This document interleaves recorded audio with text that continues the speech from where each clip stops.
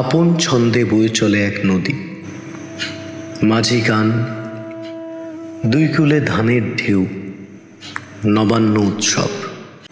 সবাই ব্যস্ত নিজেকে নিয়ে। ওদিকে নদীর বুকে পলি জমে, ক্ষতর মতো জেগে ওঠে দ্বীপ। দুকুল ছুটে আসে সেই দ্বীপের চড়ুই ভাতির আয়োজনে। নদীরও মন খারাপ হয়, পলি জমতে জমতে একদিন সে স্রোত হারায়। দ্বীপে বসতি গড়ে কেউ, নদী হয়ে যায় ক্রমে একা। সে তখন দিক বদল করে, অভিমুখ সরে গেলে ফিরে আসার পথ বন্ধ হয়ে যায়। হঠাৎ জোয়ার এলে ভাঙনের মুখোমুখি হয় গ্রাম, বাড়ি আর সম্পর্ক। এই ভাঙনের গল্প বলবে আজকের ছবি নষ্ট নীর।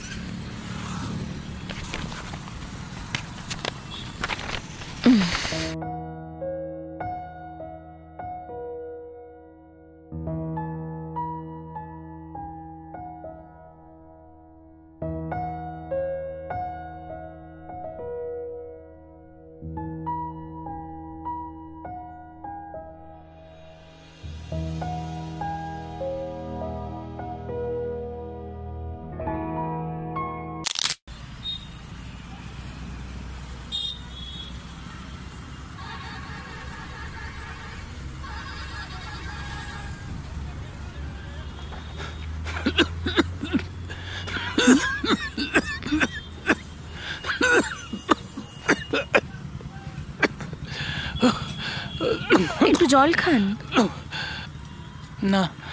আমি এটো করে খাইনি, একটু জলটা খান। লাগবে না।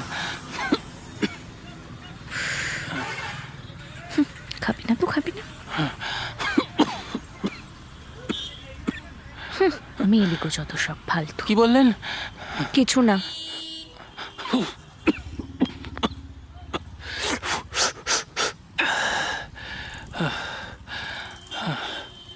প্রবলেমটা অন্য জলে হতো না, তাই। অদ্ভুত তো, এর মধ্যে আপনি ইগো খুঁজে পেলেন। হ্যাঁ পেলাম। কি কি করছিলেন কেন? রিকনফার্ম করছিলেন তো? মেয়েরাই পারে পায়ে পা দিয়ে ঝগড়া করতে। এই তো সঠিক পুরুষ মানুষের মতো কথা বলেছেন। Male chauvinist. ব্যাস অমনি মহিলা হওয়ার অ্যাডভান্টেজ নিতে শুরু করে দিলে। আচ্ছা, ঘটনাটা কি হয়েছে? আমার কাশি হচ্ছিল, আপনি জল দিতে চেয়েছেন, আমি নিইনি, ব্যাস অমনি নারীবাদী অ্যাডভান্টেজ নিতে শুরু করে দিলেন। হ্যাঁ, হোয়াট? দেখলেন অমনি আপনার নখদাঁত বেরিয়ে পড়লো তো? আমার? কখন, কোথায়, কিভাবে? আচ্ছা, এটা কি লেডিস সিট? আমি উঠে দাঁড়াবো? হয়েছে? আমি সে কথা বলেছি। বসুন বসুন। অদ্ভুত তো, আমি মরছি আমার জ্বালায়। কেন, আপনারও আর কি হলো? সেটা আমার ব্যক্তিগত ব্যাপার। আমাকে বলতে পারেন। বলছি তো পার্সোনাল। আরে আমাকে বলতে বলছি, কারণ বললে একটু নিজেকে হালকা লাগবে। আর আমাকে নিয়ে কোনো চাপ নেই, আমি ওই দেওয়ালের মতো। যা চলে। দেওয়ালকে বলে কি হবে? ওই যে বলে না, দেওয়ালেরও কান আছে। অন্যে দেওয়ালকে কেন ইউজ করে জানেন? জানি। যাকে বাদ দিন তো, আমার দেওয়াল নিয়ে আপনার কোনো কাজ নেই, জান। আমার বাইরের কোনো দেওয়ালের সাথেই কোনো কাজ নেই। বলছি না ফ্যামিলি প্রবলেম। আমাকে নাকি সব ছেড়ে আহমেদাবাদে যেতে হবে। আহমেদাবাদ? হ্যাঁ, ওর পোস্টিং হয়েছে, আইটি সেক্টরে জব করে। আমি যাব কি করে? বাবার ডায়ালিসিস চলছে। সত্যিই চাপের। হ্যাঁ, সত্যিই চাপের।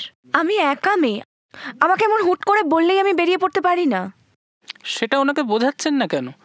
পুরুষ মানুষ বোঝে? যতক্ষণ প্রেমিক থাকে একরকম, যেই বিয়ে হলো অমনি তার আসল স্বরূপ বেরিয়ে গেল। দেখুন, সব পুরুষ মানুষ কিন্তু একরকম হয় না। প্লিজ কথা বাড়াবেন না তো। এই নারা একবার না দুবার বেলতলায় গেছিল। তবু আমি বিশ্বাস করি, জানেন তো, কথা বললে সবকিছুর সমাধান হওয়া সম্ভব। কখনো কখনো সম্পর্ক এমন জায়গায় পৌঁছয় তখন সাফোকেটেড লাগে। জানি, ঠান্ডা হাওয়া কাপের ওই চায়ের তলানির মতো। যাকে বাদ দিন, আপনার শরীর এখন ঠিক আছে তো? কাশির? না না, ওই যে ইনহেলার নিলেন। ও, এটা তো এখন আমার বান্ধবী, এর সাথে এখন ঘর করি, এই কারণেই হাসপাতালে এসেছিলাম। আমিও বাবার রিপোর্টগুলো জমা দিতে এসেছিলাম। যতভাবে পুরনো কাসন্দি খাটবো না। যাকে যে কথা হচ্ছিল, ন্যাড়াও তো একবার বেলতলায় গেছিল। তারপর তেনার মেয়েলিগো বেলতলাকে কেওড়াতলা বানালো। তালি তো এক হাতেই বেজেছিল। 17ই মার্চ 2023 ডিভোর্স, আর কদিন পর 2 বছর। 26শে জানুয়ারি 2020 বিয়ের দিনটাও পেরোলো। সম্পর্কটা থাকলে 5 বছর হতো।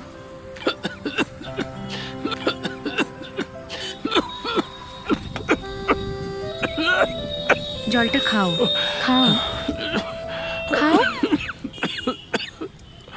খাও।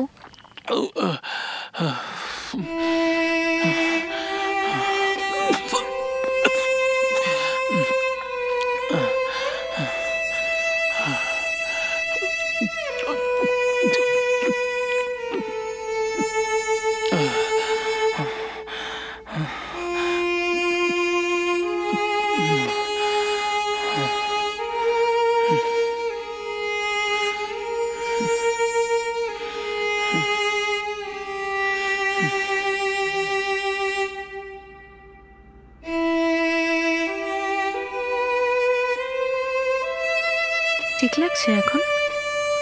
যতই একা থাকো, শরীরটা তো নিজের, সেটা তো যত্ন করতে হয়।